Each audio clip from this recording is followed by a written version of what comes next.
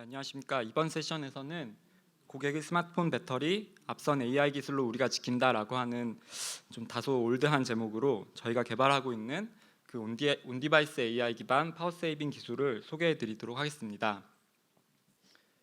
저는 발표를 맡은 SK텔레콤의 디바이스 개발팀 문정민이라고 합니다. 배경 말씀드리겠습니다. 아시다시피 그 모바일 네트워크, 그 이동통신 시스템은 계속 진화를 거듭해 나가고 있습니다.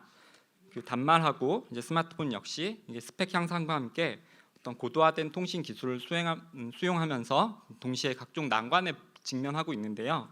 그 대표적인 난관 중에 하나가 바로 그 과도한 전력 소모에 따른 그 배터리 지속 시간 이슈가 되겠습니다. 이 그래프는 그 월스트리트저널의 아티클에서 인용한 그래프가 되겠는데요. 어떤 동일한 그 스마트폰 모델에 대해서 그 5G에서의 비디오 스트리밍 시 배터리 지속 시간하고 LTE에서의 그 비디오 스트리밍 시 배터리 지속 시간을 비교한 그래프가 되겠습니다. 보시면 아시겠지만 그 5G에서의 그 지속 시간이 그 LTE망에서의 지속 시간보다 이제 전체적으로 좀 단축되는 것을 볼 수가 있는데요. 저희가 이제 망은 진화하는데 배터리 성능은 단말의 배터리 성능은 이렇게 되는 게 맞나? 여기에 대해서 이제 많은 고민을 하고 있습니다. 이제 배터리 지속 시간은 이제 고객 경험을 좌우하는 중요한 요소 중에 하나인데요. 이 그래프는 그 에릭슨의 컨슈머 리포트에서 인용한 그래프가 되겠습니다. 이 Y축이 나타내는 게 어떤 고객이 어떤 통신 요소에 대해서 얼마나 중요하게 여기는지, 그리고 이 X축이 나타내는 게 그 고객이 그 어떤 특정 통신 요소에 대해서 얼마나 만족하고 있는지, 중요도와 만족도의 관계를 이제 보여주는 그래프인데요. 여기 뭐 제가 표시해 놓은 부분, 이 부분 배터리 라이프 퍼포먼스 뭐 이렇게 명시되어 있는 부분이 바로 배터리 관련된 내용인데, 중요도는 결코 낮지 않습니다. 중요도는 결코 낮지 않지만 만족도를 보시면은 여기서 거의 다른 뭐 요소에 비해서 굉장히 현격하게 낮은 것을 볼 수가 있습니다. 그리고 사실 이 배터리 이슈 같은 경우에는 그 뭐 LTE나 뭐 5G나 이렇게 세대를 관통하는 이슈가 되겠습니다. 그렇기 때문에 저희 같은 그 뭐 이해 관계자들이 뭐 어떤 각별한 노력이 없다 그러면은 미래에 6G에서도 반복될 가능성이 굉장히 높습니다. 그래서 저희는 이 배터리 라이프를 어떻게 개선할 수 있을지 뭐 이 부분에 초점을 맞춰서 오늘 발표를 드리도록 하겠습니다. 그럼 업계에서는 어떤 그 일들을 하고 있는지 간단히 말씀드리면은, 일단 스마트폰의 배터리 용량 자체는 지난 수년간 큰 변화가 없습니다. 이 그래프에서 보시면은 이제 500mAh로 이제 뭐 수년 동안 뭐 큰 변화가 없는 상태이고요. 반도체 미세 공정 뭐 3나노미터, 뭐 4나노미터 뭐 이런 반도체 초미세 공정이 발전을 하면은 이론적으로 이제 그 전력 효율이 상승하게 되긴 합니다. 그렇지만 이 그 반도체 초미세 공정의 세대를 변화시키는 얘기는 굉장히 규모가 큰 얘기고요. 그 단기간 내에 달성할 수 있는 일이 아니기 때문에 어떤 단기간에 어떤 효과를 볼 수 있는 솔루션이라고는 생각하고 있지 않습니다.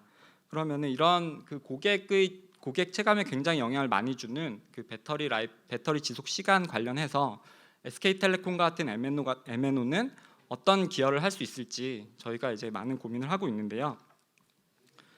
그 SK텔레콤 같은 MNO는 그 단말과 기지국 사이의 효율적인 데이터 송수신을 위해서 일종의 연결 상태를 관리를 하고 있습니다. 여기서 말하는 이제 연결 상태라고 하는 거는 크게 보면은 이제 커넥티드 상태가 있고 이제 아이들 상태가 있는데요. 커넥티드 상태 같은 경우에는 그 데이터 송수신을 직접 수행하거나 아니면은 데이터가 발생했을 때 즉시, 뭐 여기서 말씀드리는 즉시라 함은 뭐 수 밀리세크 이내에 뭐 데이터 송수신을 시작할 수 있도록 데이터 송수신 직접 수행하거나 아니면 데이터 송수신을 대기하고 있는 상태가 이제 커넥티드 상태가 되겠습니다. 이제 커넥티드 상태에서 이제 막 데이터를 주고 받다가 어떤 주어진 대기 시간, 여기서 말하는 대기 시간은 대략 한 10초 내외가 되는데요. 그 주어진 대기 시간 동안 뭐 데이터가 미발생하면은 이제 커넥티드 상태에서 이제 아이들 상태로 빠지는데요. 아이들 상태라 함은 뭔가 커넥티드 상태와는 다르게 뭔가 데이터를 이렇게 실시간으로 주고 받는다, 뭐 이렇게 보기는 좀 어렵고요. 뭐 수초 간격으로 굉장히 띄엄띄엄 데이터가 발생하는지 안 하는지 이것을 관찰하는 상태로 이해하시면 되겠습니다. 그렇기 때문에 당연히 아이들 상태에서의 그 단말 그 스마트폰 소비 전력 절감에 굉장히 유리한 상태라고 볼 수가 있고요. 그래서 저희 같은 MNO에서는 이런 단말이 상태를 관리하기 때문에, 그리고 이 상태가 어떤 데이터 발생 여부와 밀접하게 연관되어 있기 때문에 저희 같은 경우에는 그 데이터 발생 여부하고 이런 뭐 커넥티드 상태라든지 뭐 아이들 상태, 이런 연결 상태를 분석을 해서 단말이 소비 전력을 추가적으로 절감할 수 있는 부분이 있을지 없을지, 이런 부분을 좀 연구를 하기 시작했습니다. 그래서 저희가 몇 가지 시나리오를 상정을 해봤는데요. 그 첫 번째는 이제 뭐 여기 유튜브에서 동영상을 보는 시나리오, 유튜브 뮤직에서 이제 음악을 듣는 시나리오, 다음 슬라이드 가시면은 뭐 인터넷 검색해서 뭐 예를 들어서 쇼핑을 한다든지 뭐 이런 시나리오하고, 뭐 예를 들어서 뭐 업무하고 있을 때 스마트폰을 미사용하는 시나리오. 저도 지금 제 스마트폰 저 책상에 지금 방치해 놨거든요. 그래서 이런 각각의 시나리오에 대해서 데이터가 발생하고 있는 그 시간의 비율이 얼마나 되는지, 아니면은 그 데이터가 발생하고 있지 않은 시간의 비율이 얼마나 되는지, 또 이와 연동해서 이제 단말이 아까 설명드린 커넥티드 상태에 머무는 시간이 얼마나 되는지, 아니면은 아이들 상태에 머무는 시간이 얼마나 되는지, 뭐 이런 것들을 한번 쭉 분석을 해봤습니다. 그래서 저희가 분석한 것들을 간단히 말씀드리면은, 이쪽 그림에서 보시는 바와 같이 서비스가 연속적으로 진행되고 있음에도 불구하고 데이터의 발생은 굉장히 스팔스하다. 데이터는 굉장히 뜨문뜨문 발생한다. 한번 데이터가 왔다가 잠시 동안 데이터가 안 오고, 또 데이터가 또 오고, 잠시 동안 안 오고, 이런 패턴을 반복한다는 게 이제 첫 번째 저희 관찰 결과고요. 그 데이터가 스파스하게 발생을 하기 때문에 대부분의 경우 데이터 미발생 구간의 비율이 굉장히 높습니다. 이게 저희가 관찰한 두 번째 내용이고요. 세 번째 내용이 중요한데, 그 데이터가 스파스하게 발생하고 데이터 미발생 구간의 비율이 굉장히 높음에도 불구하고, 데이터 미발생 구간이 높으면은 상식적으로 뭔가 아이들 상태에 더 많이 머물러야 되는 거 아닌가? 약간 이런 생각을 가질 수가 있는데, 저희가 관찰한 거는 데이터 미발생 구간의 비율이 굉장히 높음에도 불구하고 단말이 상태를 봤을 때 아이들 상태보다 이제 커넥티드 상태에 오래 머물더라. 이게 좀 이상하지 않나? 뭐 약간 이런 의문점을 갖게 되었습니다. 그래서 이 그래프에서도 보실 수 있듯이 이 경우에는 이제 뭐 인터넷 검색을 하는 시나리오인데, 데이터가 미발생하는 경우는 60%의 시간 동안 데이터 발생하지 않습니다. 근데 정작 아이들 상태는 13%밖에 안 되고 이제 커넥티드 상태는 87%나 됩니다. 그래서 데이터 미발생 구간이 굉장히 길면은 커넥티드 상태가 아니라 아이들 상태에 더 오래 머물고, 그래서 아이들 상태에서 이제 배터리 세이빙을, 파워 세이빙을 할 수 있는 동작을 취할 것 같은데 왜 아이들 상태에 덜 머물까? 이런 의문을 가졌고요. 약간 이런 의문을 좀 분석해 보기 위해서 데이터의 발생 시간 간격을 분석을 해봤습니다. 그래서 여기 아까 그 네 가지 시나리오에 대한 이제 데이터 발생 시간 간격에 대한 그래프를 나타낸 거고요. 크게 두 가지로 나눌 수가 있습니다. 케이스 1과 케이스 2로 구분을 해놨는데요.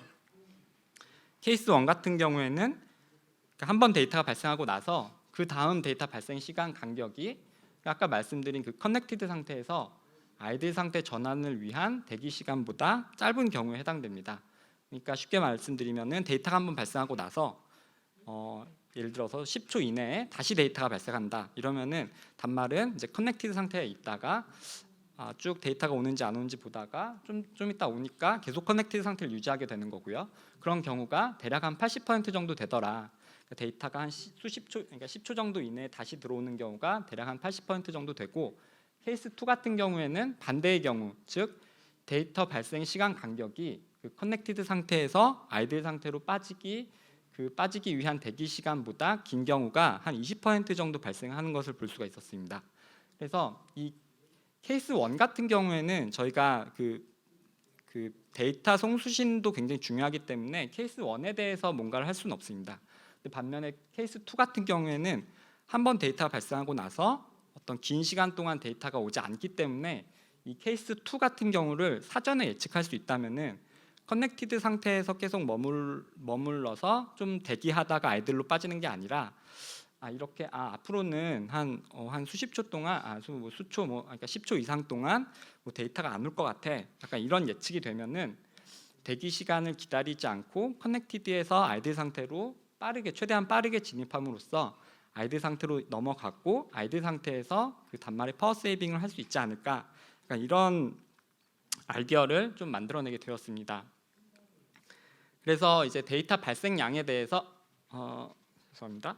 그 데이터 발생에 대한 어떤 시계열 분석을 해봤는데요. 그 시계열 분석에 주로 사용되는 뭐 오토코릴레이션이라고 하든지 뭐 타임 시리즈 디컴포지션 같은 기법을 적용을 해가지고 데이터 그 발생 그 시간 간격에 대한 뭔가 간단한 머신러닝을 적용해서 뭔가 우리가 알아낼 수 있는 인사이트가 있을까 하는 분석을 해봤습니다.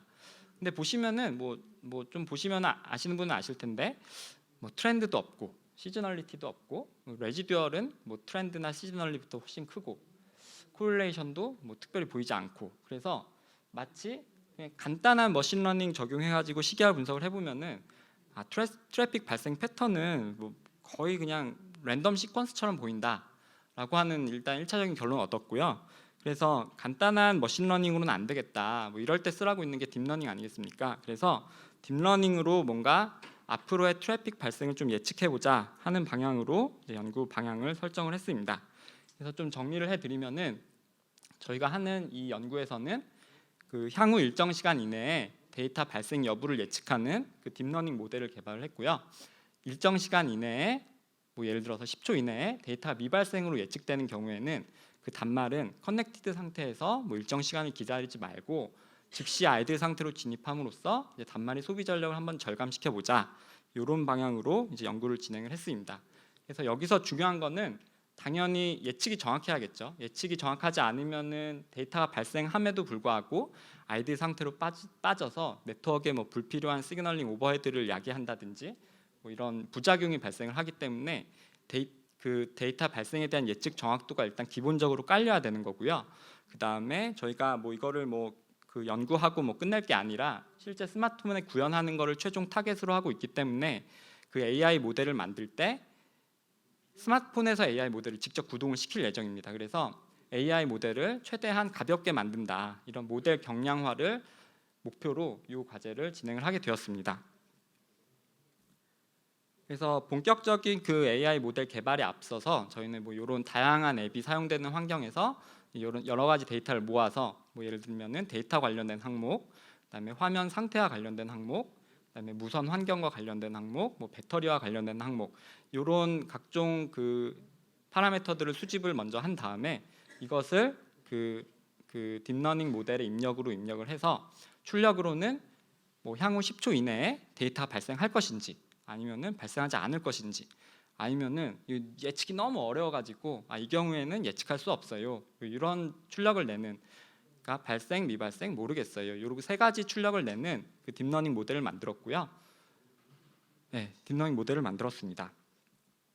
그래서 뭐 구체적인 모델의 아키텍처 같은 경우에는 이게 시계열 데이터를 다루는 문제이기 때문에 그 컨볼루셔널 뉴럴 네트워크라든지 뭐 LSTM, 트랜스포머 뭐 이런 네트워크 구조를 검토를 했었고요.